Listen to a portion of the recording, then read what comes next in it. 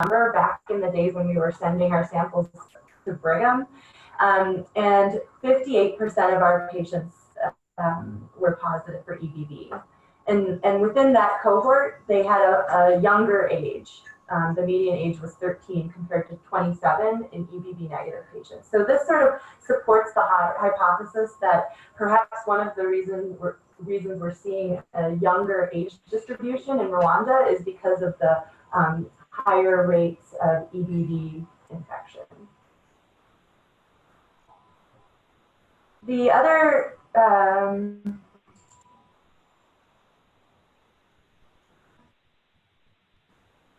should advance here. I think there's a delay. Okay, so the other note about etiology is that HIV is associated with an elevated risk of Hodgkin's lymphoma due to reduced immunosurveillance, we think. And in other regions of Africa, the HIV prevalence in Hodgkin lymphoma patients has been reported to be as high as 70% in some areas. So the range in the literature is from 30 to 70%. Although at Butaro, only 12% of our Hodgkin lymphoma patients were HIV positive. But we know that the rates of HIV prevalence in general in Rwanda are much lower than other countries in sub-Saharan Africa. Notably, 15 of our patients, or 17%, did not have a HIV test documented in their chart. So that's one area of improvement. Hodgkin lymphoma in HIV, in the setting of HIV, tends to involve extranodal sites, be more aggressive, and associated with a poorer outcome. And in our data, I don't think I have the curves, but you can see a trend toward worse outcome in our HIV positive patients, but it was not statistically significant. I think the numbers were too small. Okay, so we can talk through a case of a 25-year-old man who presents with an enlarging, painless with night sweats and pruritus. So what's the first step? Anyone?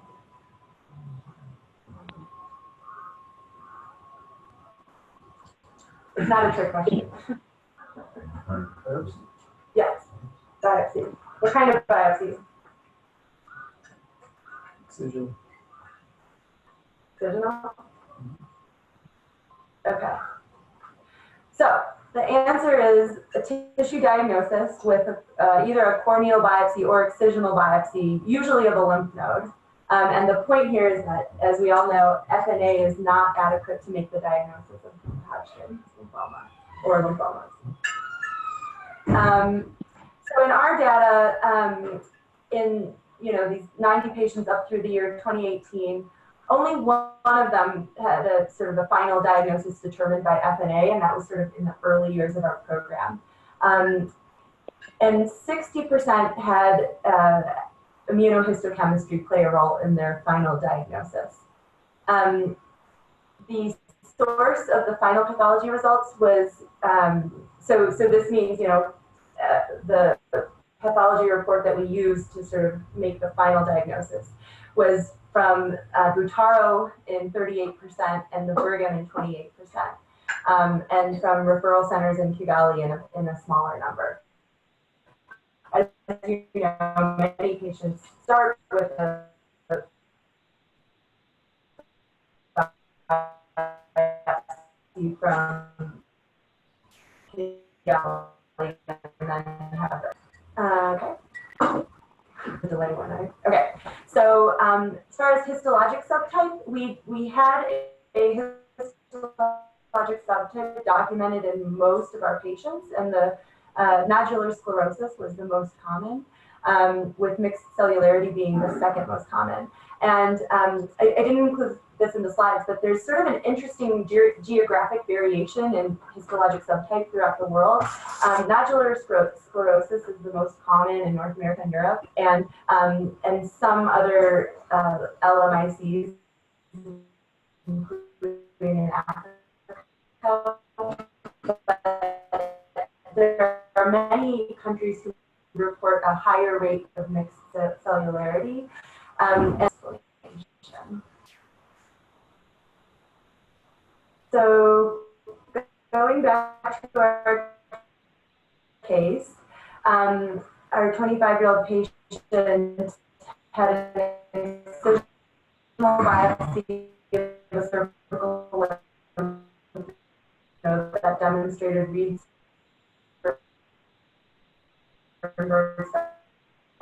cells, consistent with Hodgkin lymphoma, nodular sclerosis subtype. The next step.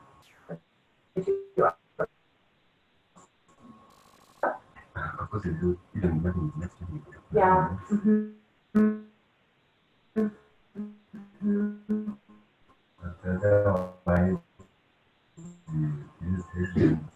Step is staging. In our protocol, staging evaluation includes a complete FBC, creatinine, liver function tests, and LDH ideally. Minimum and preference said, we've had discussion over the years because ideally we would like to have a full staging evaluation with a CT scan and bone marrow biopsy. But up until very recently with radiotherapy, it hasn't changed management. I think we can talk a little bit about how staging might be more important now that we have the option of sending patients for radiotherapy. In our cohort, just over 80% of patients had a chest X-ray for staging. 34% had an abdominal ultrasound. 20% had any type of staging CT scan, and one had a PET scan in India. And 20% of patients had a bone marrow biopsy. I think these were mostly pediatric patients. We sort of, over the years, stopped doing bone marrow biopsies in the adults for staging. Okay, so in our case, the staging evaluation showed bulky cervical and inguinal adenopathy with the largest mass measuring 13 centimeters and splenomegaly. The chest X-ray showed a widened mediastinum, but it was less than 1/3 of the diameter of the thorax. So what is the stage? Anyone? So there's lymph nodes above and below the diaphragm.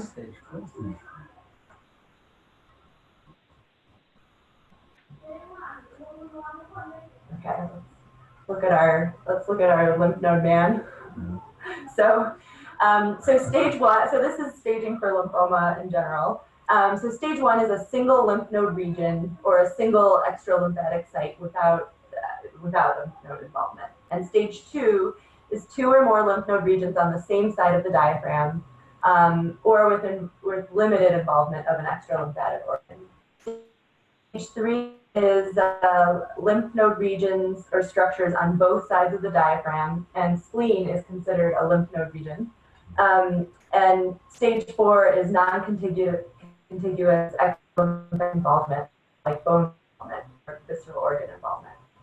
And then there are these modifiers when we stage Hodgkin lymphoma called the Cotswold modifiers. So B symptoms like fever, night sweats, or weight loss. E stands for limited extranodal extension, and X stands for bulky disease, which is defined as a nodal mass greater than 10 centimeters or mediastinal widening greater than 1/3 of the thorax diameter. So does anybody want to stage the patient now? So he has cervical, inguinal, yeah. Okay, so 3BX. She also had B symptoms. Okay, so what's the next step? We have the diagnosis and the stage. We got that. Yes. And then what? Huh? You have to Yeah. Okay. So we do sort of a full history, physical, and order pre-chemo labs, and then what do we? Okay. BVD, chemotherapy, curative intent. So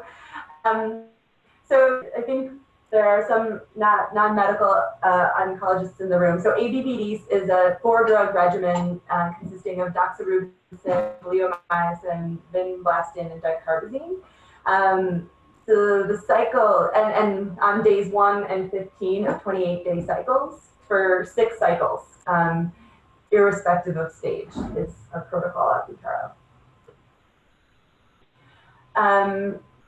And just some information about ABVD for context. ABVD is an old drug regimen. It's been used since 1975, and it's been compared to many other drug regimens and has sort of held its ground, essentially, and is still the most commonly used treatment for Hodgkin's lymphoma. In limited stage, like stage 1 or 2, ABVD alone has a 94% 12-year overall survival rate. And in advanced stage, ABVD alone has a 60 to 70% 5-year progression-free survival. So some treatment data from our cohort. The mean time from initial biopsy to the first day of treatment was 10 weeks, and that was initial biopsy, even outside of our program. And this changed over the years of our program, which I don't have the data to show you right now, but the duration improved, which I think is not a surprise to us. The median time to completion of ABVD should be 24 weeks, and it was 26 weeks in our cohort. So, and the interquartile range was 25 to 28 weeks. So, most patients finished within 2 weeks longer than they should have. We had a lot of delays. 67% of the patients had at least one delay. And most of the delays were due to neutropenia, but that's only of the other reasons, but that accounted for 37%. As we all know, we do give ABVD with, in the setting of neutropenia, up to an ANC of 200. There were lots of other reasons for delays, as you can see here. And the reason that delays are important is because, as we know, with chemotherapy, dose intensity is really important. So dose intensity is the dose over time. And so we think of, the whole treatment course as, one long duration that we want to get the maximum number of dose per time as possible.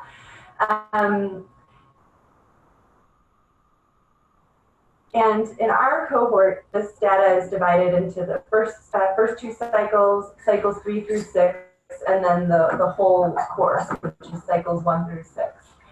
And we were able to look at the data for each agent and then the regimen as a whole on the bottom row. And so you can see that over the 6 cycles, the mean dose intensity was 87%. And if you break it down into categories, and these are categories that are sort of described in the literature of dose intensity less than 86%, 86 through 90%, and over 97%, you can see that actually 28% of our patients had a dose intensity of over 97%, but 40% had a dose intensity of less than 86%. So the way to improve this is to do what we can to minimize delays. But it's pretty good. I mean, more than half of our patients have dose intensity greater than 80%. Okay, so our patient completes 6 cycles of ABVD and has a complete clinical response. So we haven't talked about this too much, but should he be referred to radiotherapy? Does anyone know the indications for radiotherapy? Personally, I think if it is a backing to the factory, backing can do Yeah, right. So, and I invite Scott or anyone else to chime in here, but basically radiotherapy is used in a few instances in Hodgkin's lymphoma. So early stage disease can be broken down into favorable prognosis or unfavorable prognosis, and that's based on things like the number of sites of disease. So favorable prognosis would be less than 3 sites of disease. Unfavorable prognosis also includes B symptoms, bulky disease, etc. So radiotherapy is sometimes used in early stage favorable prognosis disease, and if in that case ABVD can be given in fewer cycles. But many people treat with chemotherapy alone in that setting. But the role is really in early stage disease with unfavorable prognosis. And it essentially in that setting adds about an 11% survival benefit. So often what that would look like is ABVD times 4 cycles followed by radiotherapy to the involved site. In advanced stage disease, I think radiotherapy is used in select patients for consolidation, or if, of course, there's residual disease in a specific site. And then for localized relapse disease, radiotherapy can be used for the involved site. Scott, do you want to add anything here? No, I think for favorable Hodgkin's, certainly, the standard would be 4 cycles. Then, as you said, 30 grade 2 involved sites. I think the real benefit, the bigger benefit, is probably for those patients who present with very bulky disease, who are more unfavorable early stage disease, and those patients certainly benefit from radiation following chemotherapy. In a high-income country, we would also use PET scans to try to identify who's still PET avid after a number of cycles of therapy to help guide us as well. Mm-hmm.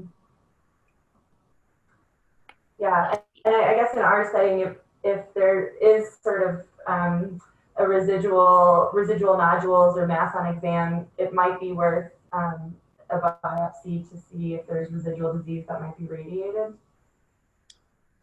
Yeah, and one other point, just when thinking about radiation, especially since we're usually talking about radiating a mediastinum, even though it's clearly beneficial and the doses are relatively low, there are significant risks of toxicity down the road, in particular things like second malignancy and increased risk of permanent irreversible pulmonary toxicity, which in very rare cases can even be fatal. Yeah, thank you. So I just would advance the slide. So as Scott said, there are significant late effects of radiotherapy, including second malignancies like breast cancer, lung cancer, etc. Other effects: damage to the thyroid gland, increased risk of heart disease or lung disease with radiation to the chest, and children's slowed bone growth and infertility with radiotherapy to the lower body. So for our patient with stage 3BX and a complete clinical response, we would not refer for radiotherapy, right? Any questions about that? Okay, this might be hard to read, but this is our patient flow diagram from our cohort. So we had 90 patients between 2009 and 2018 with confirmed Hodgkin's lymphoma. So our eligibility criteria for our outcome analysis excluded patients who had had some chemotherapy prior to Butaro. And then there was one patient back in 2009 who was treated with CHOP instead of ABVD because it was before we had our protocols in our system. So that left 80 patients eligible for outcome analysis. 4 of them were not started on treatment because they either died before treatment could be initiated or they were referred for palliative care only. So 76 patients started ABVD. Of these, 74% completed ABVD, and 64% of those achieved a complete clinical response, meaning that the doctors documented a reduction in lymphadenopathy or any evidence of disease of less than 1 centimeter. So it's not a very precise way of assessing response, but according to our criteria, that was the majority of patients. And then 26% discontinued ABVD. Most commonly, they just were lost to follow-up, and we haven't been able to track them down. But 7 of these discontinued treatment due to death, which is a pretty high number for patients on treatment. And then as far as outcomes, so of the patients who completed ABVD, over half, or 54%, are still in remission. And of the 80 patients total who were eligible for outcome analysis, 43% are remission, 31 have passed away, and 24% are still lost to follow-up. So this is another area of improvement, is sort of getting that number of lost to follow-up patients down.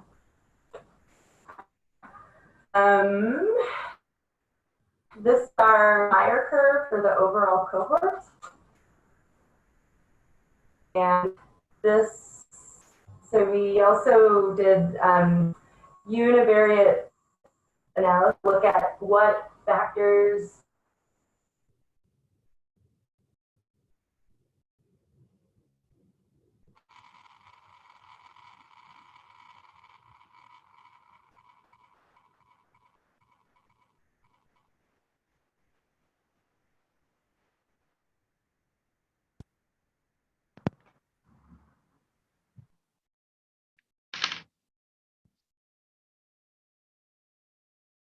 Hi, Dio or Scott. Can you guys hear Becky? I think we might have lost her.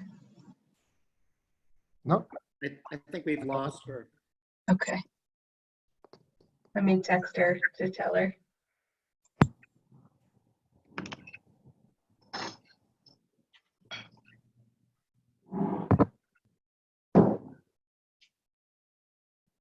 Hi, Cyprian.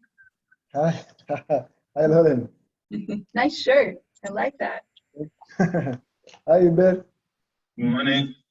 Oh. Good morning. Good afternoon. They lost Wi-Fi, but they're going to try to reset it up with a hotspot.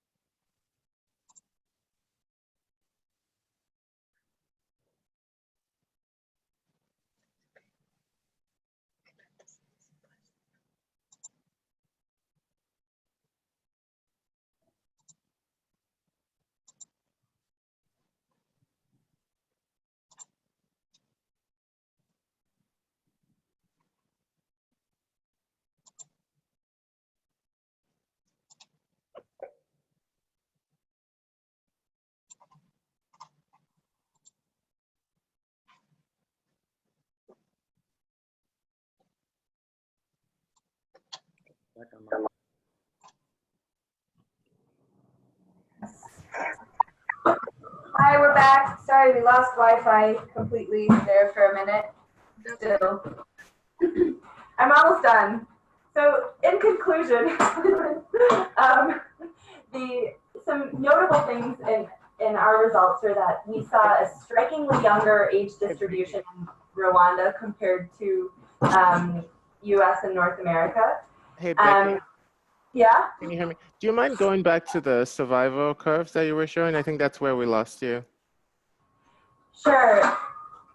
Yeah. Do you want to pull up the slides I sent? Okay, hang on. We're trying to get the slides back up.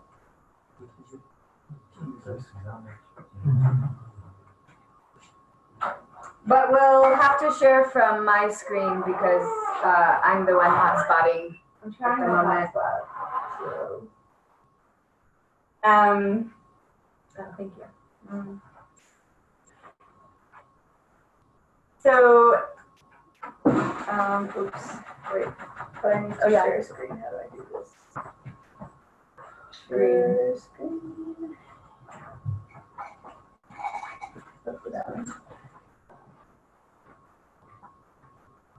I don't want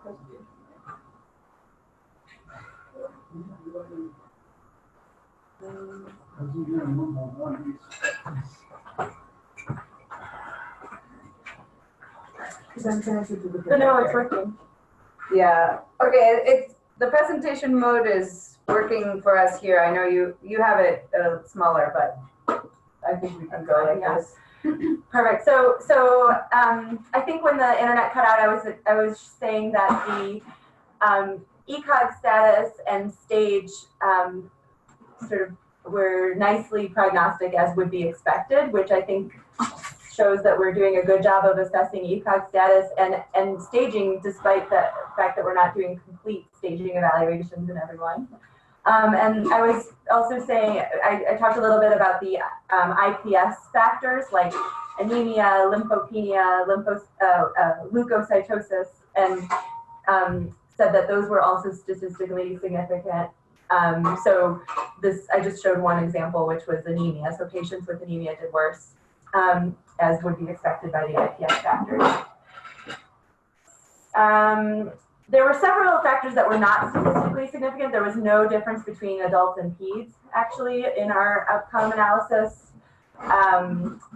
The difference between HIV positive and negative patients was not statistically significant, although the numbers were small. If you're interested in any other categories, I can tell you, but I don't have them all in the presentation. Okay, and then, so, in conclusion, Gosh, hang on.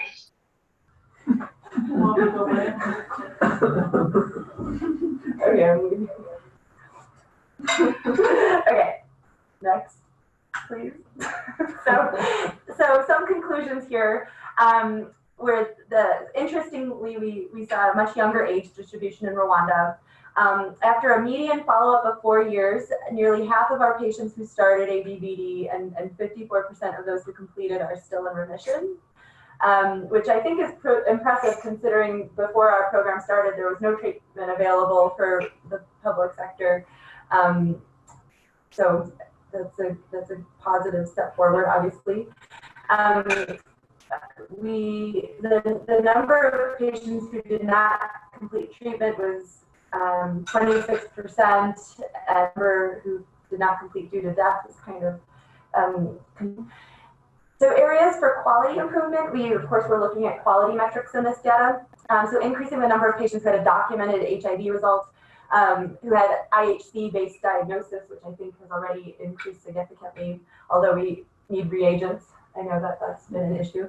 And increasing the number of patients who complete staging. I think that, now that there's a decision point about whether to refer a patient to radiotherapy based on stage, it is probably more important to complete staging evaluations. And then reducing treatment delays in order to increase dose intensity is really important. Like when we are in the curative setting and you have to delay the patient for some reason to only delay for a week. I know that patients don't like that, but I think that's important to try.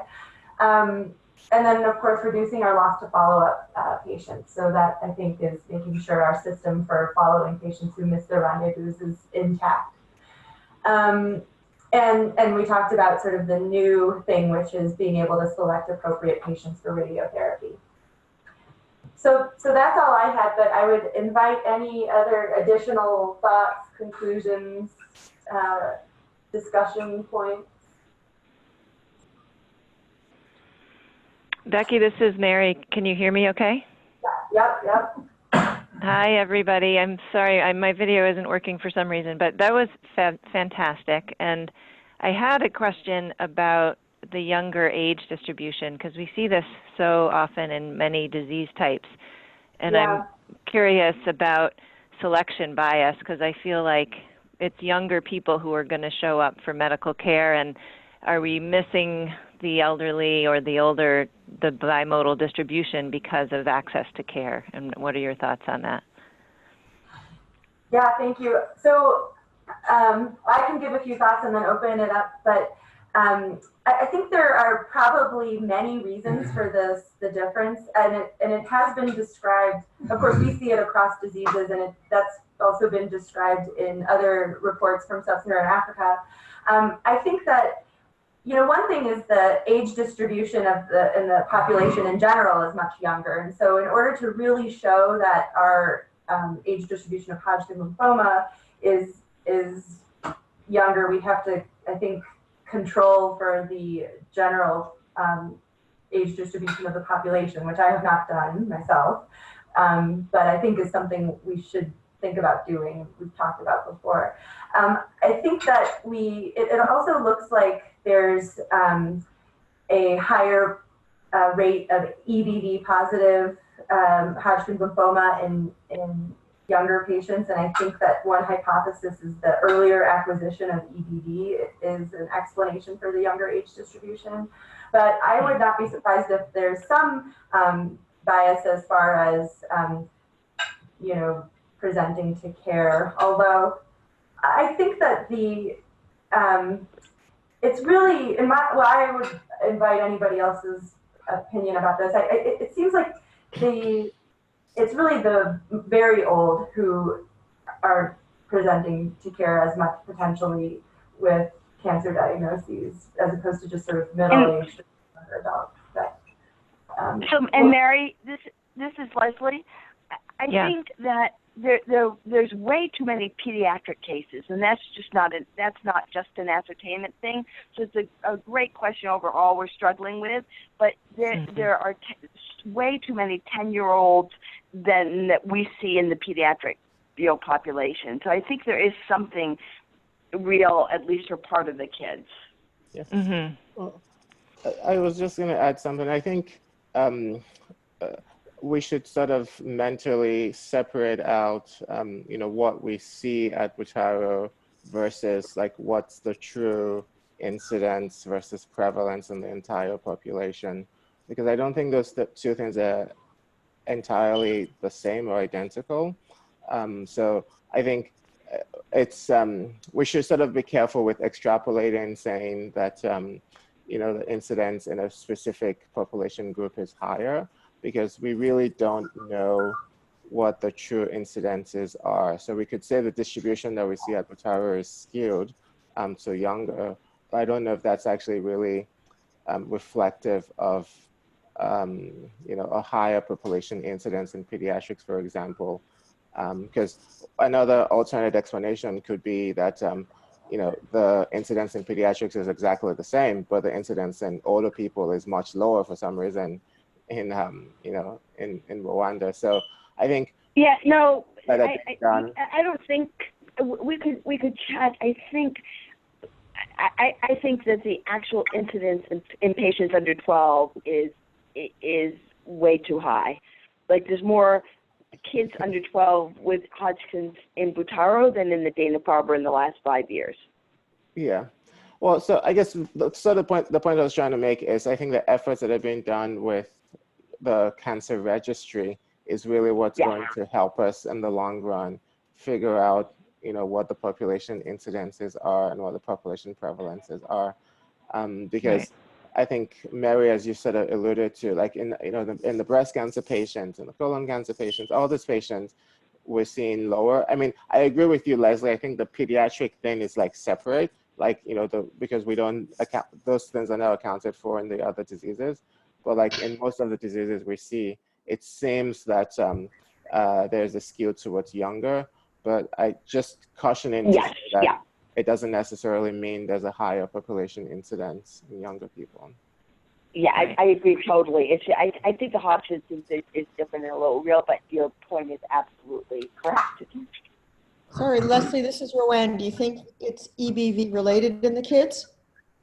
So we want to look and see, but I would not be surprised, and it could either be EBV driven because you get EBV at a much younger age, or EBV driven and some genetic polymorphisms because how we control EBV is certainly genetically, it's genetically related more than, well, maybe everything now, but I would say more than how we control, influenza or something like that. So.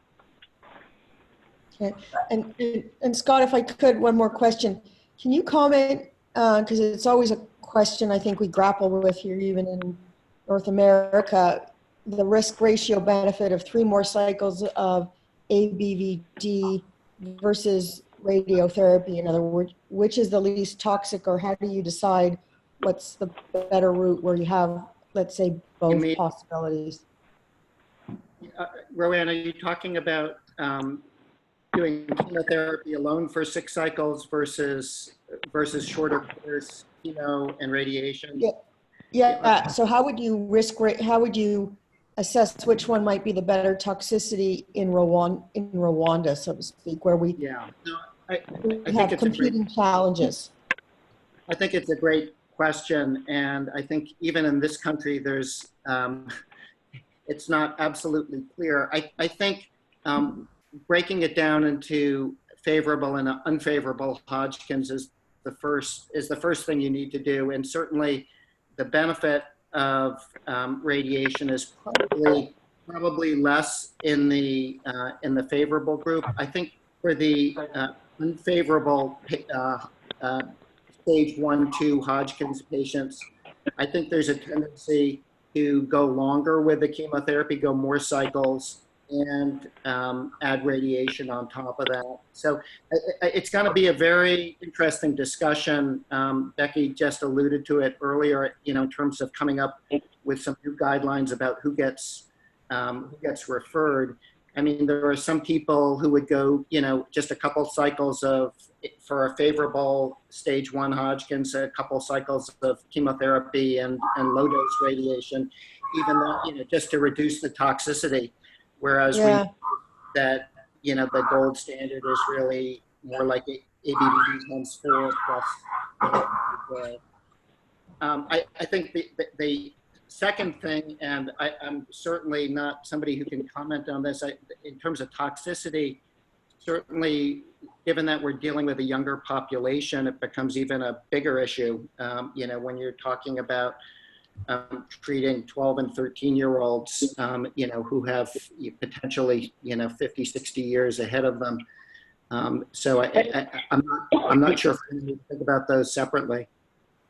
And Scott, but I think balancing that, I agree totally, is that also we don't have salvage therapies available. So in America, the philosophy of undertreating or not giving everybody the most aggressive therapy, knowing that you'll be able to salvage people that relapse, is an approach. And for Hodgkin's, it's a very good approach because many people who relapse are very salvageable. And I always wonder, we haven't talked about it overtly, but I always wonder how that equation changes in a place where you don't have adequate or you don't have very available salvage therapies. Hello? I have also a question. This is Dr. Cyprian. Yes, go ahead. I can hear you. I have 2 questions. The first one is about the way we define remission for Hodgkin lymphoma in Butaro, whether it is appropriate or if we can miss patient with the residual disease. Because the way you do it, I think we do a clinical evaluation of mainly the lymph nodes. And sometimes if the patient has some small lymph nodes, we don't know if it is scars or if there is a residual. So my question was, what is the ideal way of assessing for the remission in Hodgkin lymphoma? Second question is about survivorship of this patient. So should we be worried about fertility in the long-term follow-up of these kids? And if so, can we offer option for fertility preservation for these young patients? Thank you.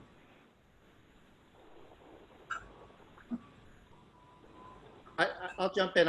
Cyprian, I think that those are extremely important concerns, particularly the survivorship piece in terms of, when you're treating a kid or an adult with Hodgkin's disease. As Becky said, the concerns range from cardiac issues to pulmonary issues. When you include radiation, the risks of late second malignancies go way up. And even other things like fertility and even things like hypothyroidism. I mean, there's a very structured regimen of things that we would utilize in this country to follow these children and adult on the long term. So I think when we're rethinking kind of our overall treatment algorithm, I think we need to be coming up with very strict criteria for how we're following these kids on the long term. In terms of fertility, I defer to some of the medical oncologists there. Certainly, it is a concern. I just looked it up. The rate of infertility after ABVD is 0 to 8%, and after chemo and pelvic radiotherapy, it's 2 to 11% in the literature, based on a very quick Google search.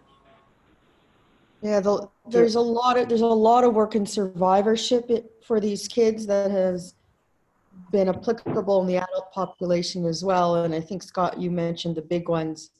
It's literally secondary breast malignancies, thyroid, and cardiovascular disease, depending on which modalities you received, as well as depending where you radiate, you can also get growth abnormalities in the spine or the area that was radiated. So things like scoliosis, just as an example. So there's huge programs across North America that follow these kids as well as young adults for these issues. And how we would do that in Butaro, and that's why I asked Scott, what's the better strategy in these young adults? Is it to complete the to complete the chemotherapy and have a little extra cardiac toxicity or other chemo-related toxicity versus the radiotherapy challenges, which right now might be more challenging to follow up depending on what sites need to be addressed. I think the other thing, Roanne, that we need to keep in mind, and Cyprian alluded to this as well, that in terms of assessing response, as we all know, it can be incredibly difficult. And I'm not treating Hodgkin's these days, but my sense is that in a high-income country, we rely extremely heavily on PET scans. PET scans, yeah. So this is more akin to what we were doing back in the 90s, which, as Leslie said, would maybe push you to be a little bit more aggressive in terms of your treatment, just because you don't know if that residual 2 centimeter, mediastinal mass is active or not, or active disease. Well, yeah. Sorry, you bring up a great point, because I've asked this question many times. Should we either follow up with the CT scan or biopsy residual masses? And in the past, the answer has always been no, because we can't salvage. We don't have any options. So as the protocol is rewritten, I think consideration for, as Cyprian alluded to, more formal upfront and then follow-up staging, and maybe more aggressive follow-up of biopsies for anything that can be palpable and potentially represent residual disease, so we can refer to radiotherapy where applicable. Yeah. I think, sorry, go ahead, Becky. No, you go. No, I was going to say, I think I agree with that. I think thinking through what type of post-treatment imaging we want to recommend as well, not just a type of imaging, but also the interval for imaging. With regards to if something were residual, I guess, in a lot of ways, I think really time is what's going to tell. So, because I would worry about, recommendations of biopsy. I mean, clearly something is large, then that makes sense. But like if something is small, like 1 to 2 centimeters, I think, maybe time, either time because of growth on imaging versus time because of growth on exam. But I think those are things we would have to really think about now that we have radiotherapy.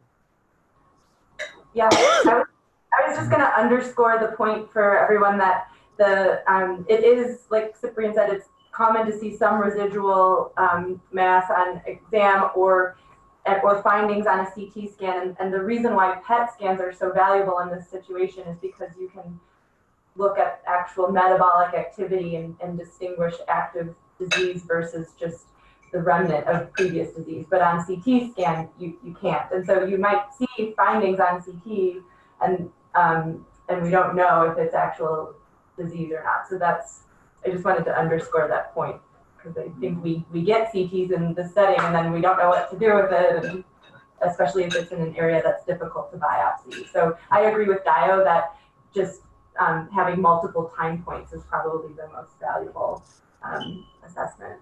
The one challenge I would say, though, certainly I agree with you that time will often tell, but in terms of making a decision whether to include consolidative therapy, you can't wait for 6-9 months to see if it starts to grow again. You have to make a decision, and usually when you're, I think it's best to come up with a plan of action. Are we going to give ABVD ×4, wait 3 to 4 weeks, and then start consolidative thoracic radiation if it's a mediastinal mass? Otherwise, the number of cycles of chemotherapy may be different if you're going to go with chemotherapy alone and just follow. So I think it doesn't, waiting to see what happens doesn't necessarily help with you in terms of consolidative therapy.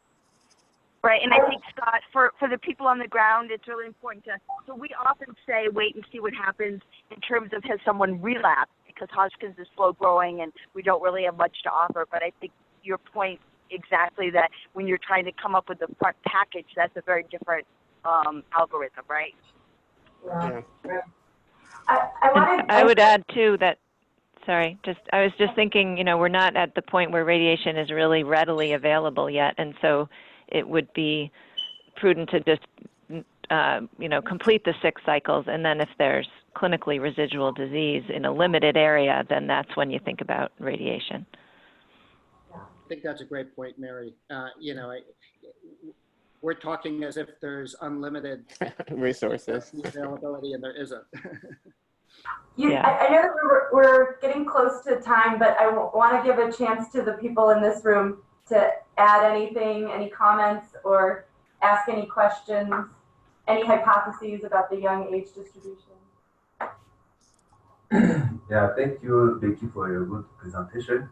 I have 2 questions, and my first question is exactly maybe the rate side effect of radiotherapy.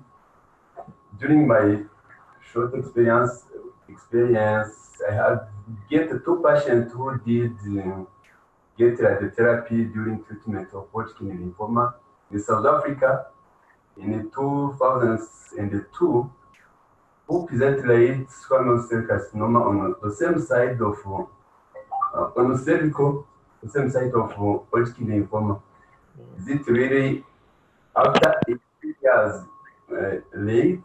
Is late a side effect or not? That is my first question. My second is maybe really with the different histology of Hodgkin lymphoma, really anyone can tell us if there is any difference about outcome of treatment according to different histology, pathology. The last question is for Becky. You present some data about Epstein-Barr virus, but here is not routine, and we did rare cases. We do Epstein-Barr virus here. We can do it. Where exactly you find the data? Exactly. Oh, yeah. I can answer the last question. That one's easier. The EBV data came from older samples that had been sent to Boston before we had a full functioning pathology lab here at Butaro. And that was an RNA test. It wasn't immunohistochemistry. So I don't know how feasible it would be to do EBV testing here with the resources we have. Now, with the EBV testing, it's not, oh, sorry.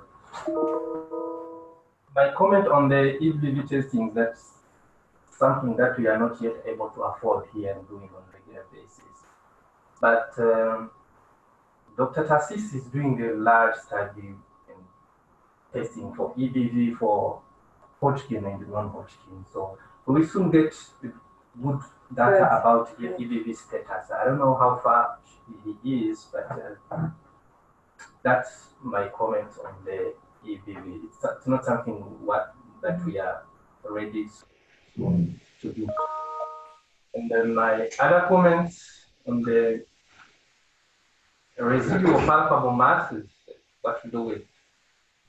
My experience here, I've been seeing some cases that are biopsied, and we end up finding active disease. But the big challenge is on those big, bulky neck masses and with the biopsy of E. coli, and you see just fibrosis, not the response to the treatment, but really most of the time in the center of the mass there is viable tumor cells that are still there. So it's a big challenge. So on the neck or other palpable, other easily accessible areas, we still have the choice of rebiopsying, but what to do with the mediastinal and the other abdominal masses, I don't know. It's still a challenge. Yeah. And then, does anyone want to address the other two questions from the case? I guess my guess would be. Oh, I was just going to say. Yeah, sure. Yes. So the first question was, the case mentioned a Hodgkin's patient that he saw treated years ago in South Africa with radiotherapy.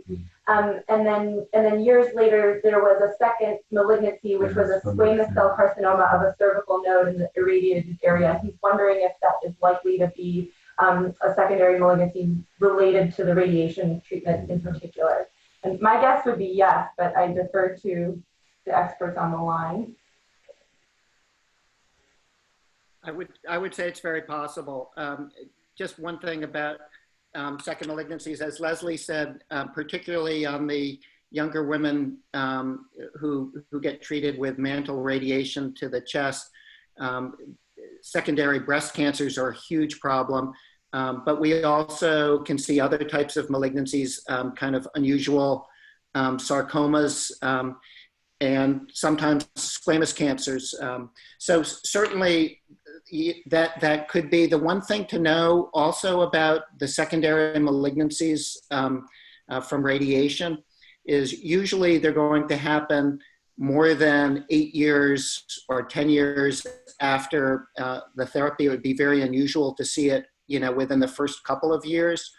But the risk never goes away. And even 20, 30, 40 years down the road, you can see patients who have received radiation long ago develop these secondary cancers. Another interesting thing about the secondary cancers is that often they're very aggressive too. They don't, biologically, one thing that those of us who have many of these over the years note is that they often behave in an atypical and often a very aggressive way that we wouldn't necessarily see with a similar cancer. So that might be the case with a squamous cancer, which may originate from the skin or or other potential sites. Great question. Oh yeah. So Nikesa's second question was about, is there a difference in outcome among the different histological subtypes? And I actually don't know the answer to that. Do you? I don't know, but what I know is that a nodular lymphocyte predominant is one of the best prognosis. Yeah. Nodular lymphocyte predominant is one of the best prognosis. There's no difference that I'm aware of that I've read about. I was reading that mixed cellularity type is more common in these EBV positive regions, sort of positive diseases. So I don't know if that there's no prognostic indicator that I'm aware of, though. Does anyone know on the call? I think I've heard exactly what you mentioned. And certainly lymphocyte predominant seems to be kind of a special favorable case. And I do remember mixed cellularity in some cases being maybe a little bit more aggressive. But yeah. I don't think with the current therapies there's any clear difference when they're treated the same way. Roanne? No, I remember hearing that as well, but I don't and have not treated the disease currently, so would not know the current status. Yeah, so lymphocyte predominance is the easiest, and some people feel like if there's one node, you can do just surgery alone, or they watch and wait even. So that I know is a weird case. And what about the mixed cellularity, Leslie? Any? I don't know enough to say something anyone else should hear. Well, we can look that one up and talk about it maybe next time. That's a good question. Any other questions or comments in this room? Okay. Thanks, Becky. Well, before everybody signs off, I know we've lost a couple people, but there was still one clinical question, I think, for Leslie specifically. If I can sorry.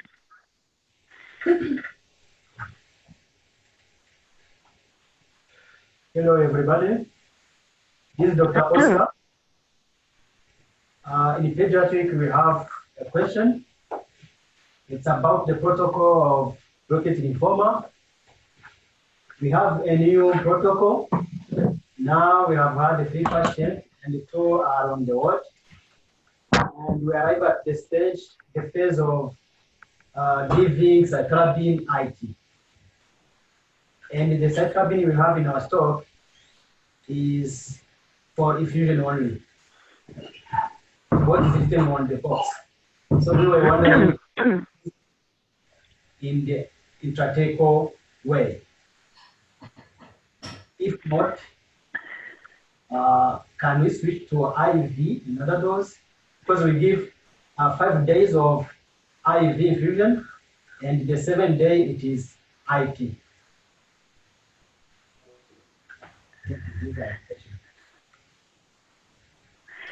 Sorry, I didn't understand what the question was.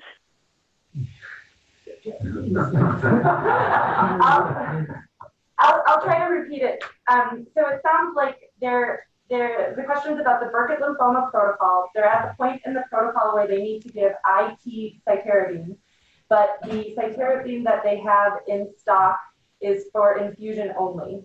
So the question is, what should they do? Should they give that supplied intrathecally, or should they give additional IV cytarabine?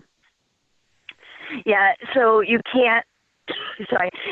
So none of the above. Sadly, you can't give a medicine meant for one way of distribution a different way, except for the steroid that we went round and round on. But basically, you can't switch modes of delivery, and you can't increase the systemic therapy without studying it. So it just then gets dropped out, and we'll just have to see whether we see more CNS relapses or not. Is it just a stock-out issue? Is that the issue? Is it a stock-out issue, or no? This is the first patient we have. This is the first patient they've had that gets to this point. So do we just need to order the cytarabine that's intended for intrathecal? Maybe for other patients. For future patients? Okay. Yeah, it sounds like this is the first time it's come up, but so it's not a stock out of the intrathecal. Perhaps we just hadn't ordered. Okay. But we give intrathecals for, you mean intrathecal RC? Is that? Right. That's what it's the first time you've had to give intrathecal therapy. Yes. Yeah. So, and we can't get intrathecal RC, or we don't have it? It sounds like we haven't tried. But we can, no one from pharmacy is here, but it sounds like. Pharmacy that it's not available. It's not. One type of therapy. Okay. But perhaps we could procure it. We probably haven't tried yet. We don't. Okay. So what I will do is make absolutely sure, because as people may remember from the past couple of years, prednisone, like you can give the intrathecal and the systemic the same way, but it made people in Rwanda very anxious to do, understandably. I'm pretty sure you can't give intrathecal ARC the same way, but I'll double check with our pharmacist to make sure. And otherwise, we can't adjust the protocol. We just have to try to get the intrathecal ARC. No. It's not possible at all. Okay. Yeah. So Oscar's saying that pharmacy has told us it's not possible to procure the intrathecal version. So I wonder about it. All right. Can someone send me an email about this just so I make sure I have all the details? And then I don't know how, somehow I don't think we knew this before we started the protocol. Yeah. Right. Okay. We'll send you an email with the details and try to figure out action steps. Yeah, and would it be, in terms of not procuring it, is it just because we don't have the money, or? Is it, I think we'll have to look into it more closely. I mean, okay. Yeah, it might be that it's not available currently in Rwanda, but maybe PIH would have to procure it from elsewhere like they do for some of the other chemotherapies. Exactly, and I think it's pretty inexpensive because it's old, and it may be that if, since we approved the use of this protocol, it is sort of approved to get in that sense, and then we could just address whether or not we could get it, which would be good to know. Yes. Okay. Anything else, anyone? Thank you. Thank you. Let me do a quick sweep of the room so everybody can see all the people that were here today. It was a nice turnout. Great. Thanks, everybody. Great, thank you. Bye. Bye.